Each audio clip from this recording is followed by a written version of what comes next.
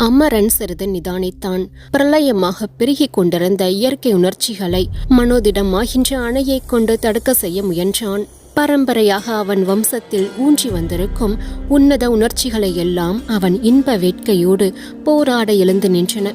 அமரா, உன் பாதுகாப்பை கோரி உன்னை நம்பி வந்த ஒரு பெண்ணின் மீதா இச்சை வைப்பாய்? இதுதானா நீ இத்தனை நேரம் பேசிய சத்திரிய தர்மத்தின் அர்த்தம்? வேண்டாம், விடு அந்த கையை என்று உள்ளுர ஒரு எச்சரிக்கை எழுந்து ஒலித்தது. அமரன் கையை இழுத்து கொண்டிருப்பான். அவள் விரல்களுடன் மெல்ல மெல்ல விளையாடி பின்னிக் கொண்டிருந்த விரல்களை கலற்றி எடுக்க முயன்றான். ஆனால் அவள் விரல்கள் அதற்கு இடம் கொடுத்தால்தானே? கொடி பற்றி கொண்டு ஏறுவதற்காகத்தான் களியை நாடுகின்றோம். கொடி படர்ந்து களியை சுற்றி வளைத்து பலமாக பிடித்து கொண்ட பிறகு பூமியில் ஊன்றிய களி உளுத்து ஆடி போய் விட்டாலும் கொடியின் பற்றுதலிலிருந்து அது விடுபட முடிவதில்லை அல்லவா? அந்த நிலைமைதான் அமரனுக்கும் ஏற்பட்டது. அவன் சொந்த தர்மத்தை நினைத்து அகல முயன்ற சமயத்திலும் அவள் விடுவதாயில்லை. இவரை விட எனக்கு வேறு யார் ஆதரவு என்று நினைத்தாள். இளைய ராணியிடமிருந்து தப்ப இவ்வளவும் செய்தேன்.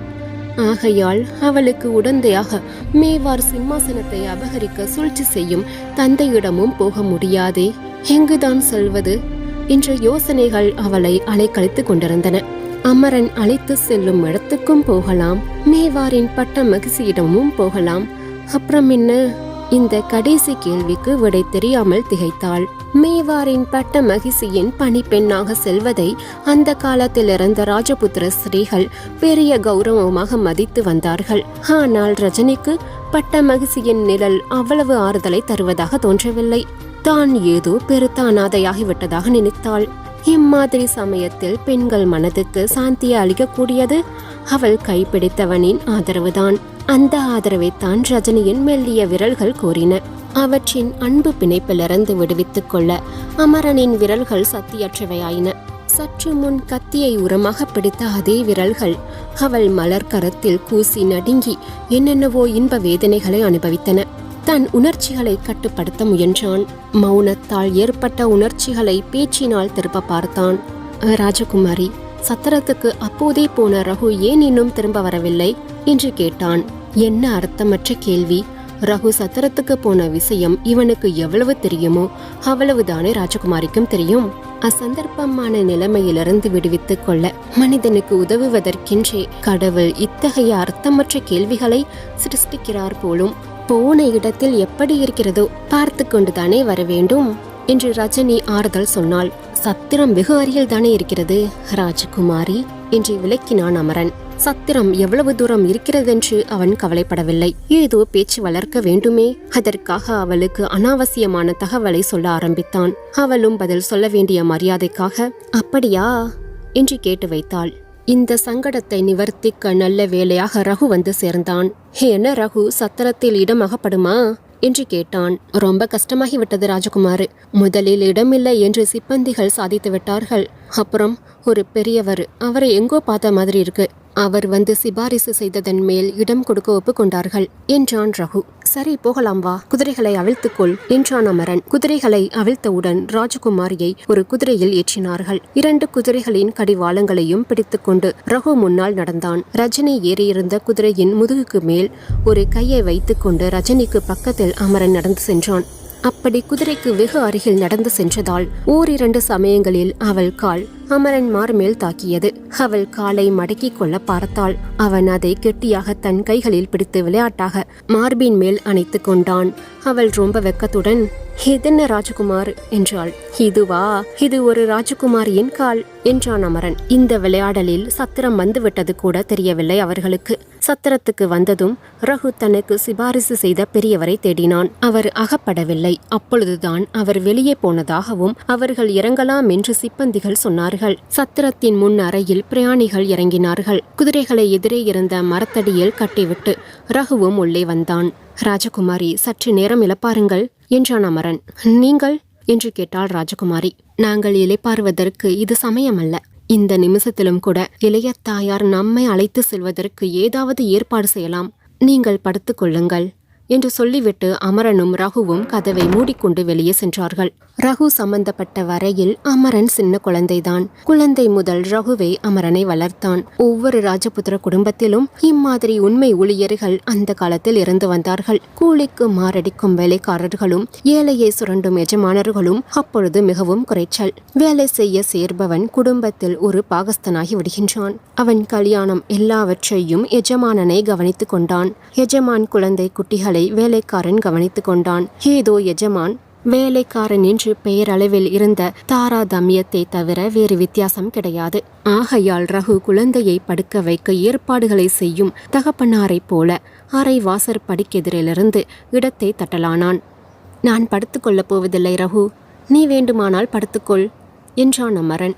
என்ன ராஜகுமார், ஊரிலிருந்து பிரயாணப்பட்டது முதல் இன்று வரை கண்ணை மூடவில்லை, உடம்பு என்னத்திற்காகும் என்றான் ரகு.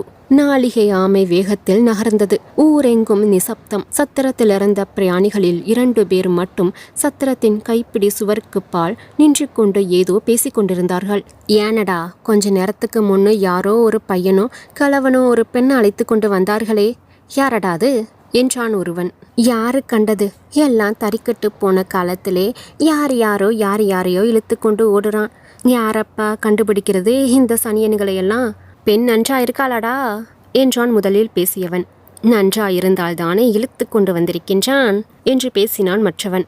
பையன் ஒன்றும் அவ்வளவு நன்றா இல்லையே, அவன் மூஞ்சியும் மொகரக்கட்டையும் காரி பையன் மாதிரி இருக்கானே. இவனோட ஏன் வந்தா அந்த பெண்ணு? என்ன அளவோ இந்த பெண்ணுக்கே காலி பையன்கள் மேலதானே இஷ்டம்.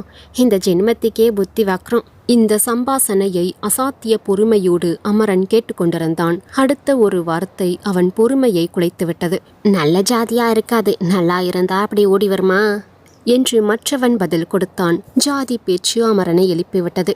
ஜாதி சண்டை ஹிந்து ரத்தத்தில் ஊறின விஷயம். அமரன் ரகுவை கூப்பிட்டு, ரகு, இந்த கதவை விட்டு நகராதே, ராஜகுமாரியையும் எழுப்ப வேண்டாம், நான் இந்த பயல்களை விசாரித்துவிட்டு வருகிறேன் என்று சொல்லிவிட்டு மிகுந்த கோபவேசத்துடன் அந்த இருவரையும் நோக்கி சென்றான். அமரன் வருவதைக் கண்ட அந்த இருவரில் ஒருவன், அடே, அதோ அவனே வருகின்றான், வரட்டுமே, எனக்கென்ன பயமா என்றான் மற்றவன். அமரன் அவர்களுக்கு அருகில் வந்து, அடே, நீங்கள் யார் என்றான் அதிகாரத்துடன். இருவரும் அமரனுக்கு பதில் சொல்லவில்லை. மற்றவனை திருப்பி பார்த்து, அதிகாரம் வேறே பலமா இருக்கப்பா என்றான். இருவரும் சிரித்தார்கள். அமரனின் கோபம் சிகரத்தை அடைந்துவிட்டது. அவர்கள் இருவர் இடுப்பிலும் கத்தி தொங்குவதைக் கண்டான். ஆனால் அவன் தன் கத்தியை உருவவில்லை. முதலில் பேசியவன் கன்னத்தில் பலார் என்று அறைந்தான். அவன் கத்தியை உருவவே அமரனும் தன் கத்தியை உருவினான். மற்றொருவன் அவர்களுக்கிடையில் நின்று கொண்டான். தம்பி, சண்டை போடுவதானால் இங்கு வேண்டாம், சத்திரத்தில் ஜனங்கள் விழித்துக் கொள்வார்கள். காவலர்களிடம் சிக்கிக் கொண்டால் உனக்கும் கஷ்டம். அதோ அந்த தோப்புக்கு போனால் சண்டை போடலாம், சந்திர வெளிச்சமும் இருக்கிறது என்றான்.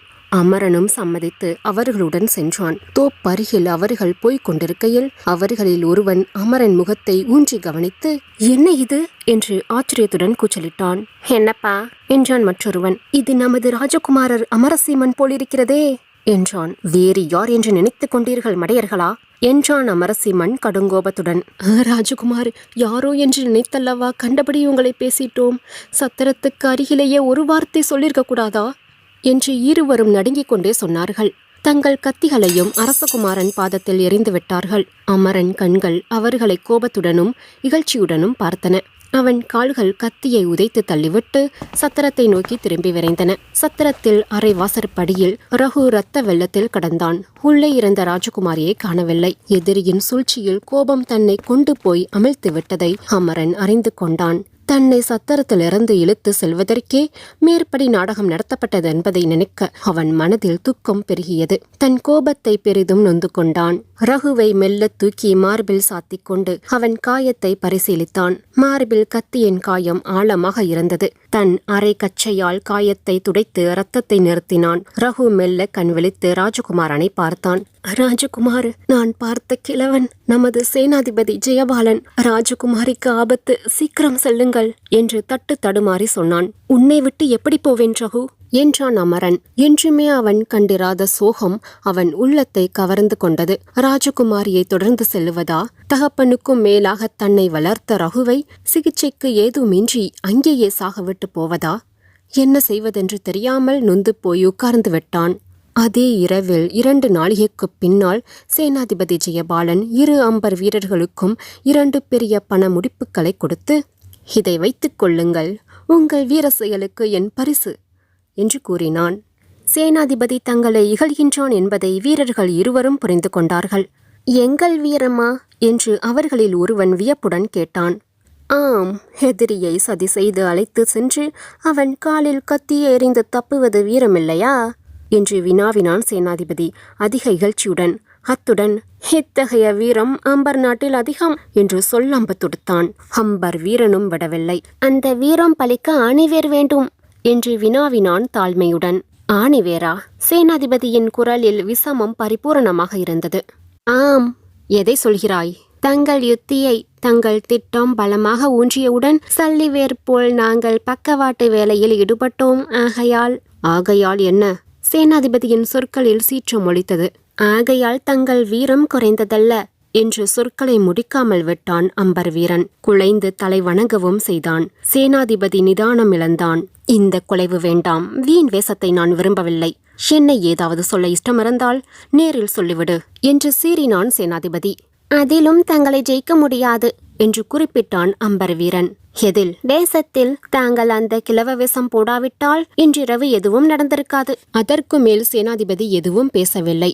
ராணியின் சலுகையில் அம்பர் வீரர்கள் எதையும் பேச முடியும் என்பதை புரிந்து கொண்டபடியால், சரி போங்கள், வெகுமதிதான் கிடைத்துவிட்டதே என்றான் சேனாதிபதி. அம்பர் வீரர்கள் தலை வணங்கி சென்றார்கள். சேனாதிபதி தீர்க்க ஆலோசனையில் இறங்கினான். அடுத்து ராணி என்ன கட்டளையிடுவாளோ என்று ஏங்கினான். ராணியின் கட்டளை மறுநாளே வந்தது. அமரன் எங்கிருந்தாலும் பிடித்து சிறைப்படுத்தும்படி உத்தரவு வந்தது. உத்தரவை கொண்டு வந்தவன் வேற்றொரு செய்தியையும் கொண்டு வந்தான். ரஜினியை இளைய ராணி கடுங்காவலில் வைத்துவிட்டாள் என்ற செய்திதான் அது.